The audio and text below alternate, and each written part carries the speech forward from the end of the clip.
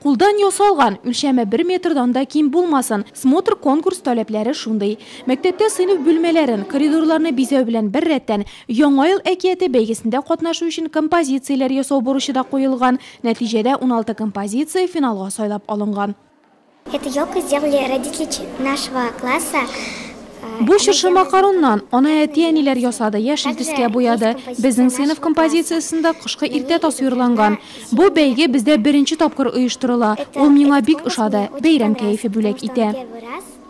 Бәйрәм кәефе бүләк итүче кышкы пейзажларны мәктәп директоры җитәкчелегендәге комиссия бәяли. 4нче А сыйныфы туңдырма таякчыкларын эшкә җиксә, 1нче А сыйныфы бәйләгән Яңа ел уенчыклары белән комиссия әгъзаларын гаҗәпләндерде.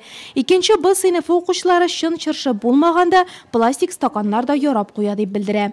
Мы решили из пластиковых стаканчиков. Пластик стаканнардан ишеп кенә түгел чыршы да ясап була. Аны әти-әниләребез ясады.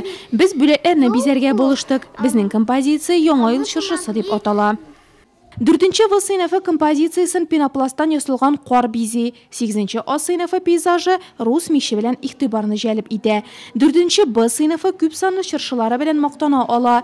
2нче В сыйныфы композициясы исә Яңа елның төп символы эт белән каршылый. Ул тыныч кына йортны саклый. Эчендә утлар җимелдәүче өйдә бәйрәм гөрли дигән тәэсирләр кала. Я представляю работу 2 А класса.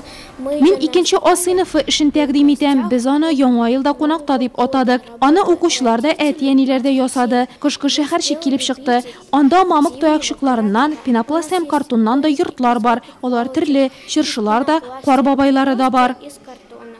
Бәйге нәтиҗәләре буенча җиңүче сыйныфларга мактау кәгазьләре һәм татлы бүләкләр бирелде.